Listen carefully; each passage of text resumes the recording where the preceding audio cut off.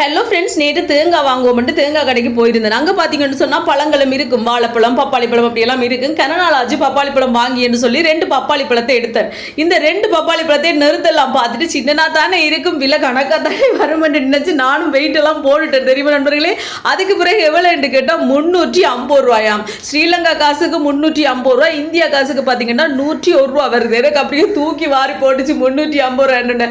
என்ன தம்பி இவ்வளோ விலை சொல்றீங்கன்னு சொன்னா, ஓமக்கா பழங்கள் விலையா.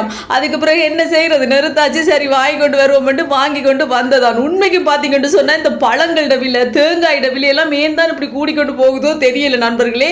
அதே நேரம் தேங்காயும் இப்போ 200 இருந்தது, அந்த கடையில் 250 ரூபாய் கிட்ட விற்குது தேங்காய். பப்பாளி பழம் பார்த்தீங்கன்னு சொன்னா 350 ரூபா. இப்போ பழங்கள் சாப்பிட மட்டும் ஆசையை வெறுத்து போச்சு. சி வேணாம் போங்கடான்ற அளவுக்கு போயிட்டு, தெரியுமா? அப்படி விலை போகுது. உங்களோட இடங்கள்ல எவ்வளவு போகுது பப்பாளி பழம் சொல்லி மறக்காம கமெண்ட்ல சொல்லுங்க.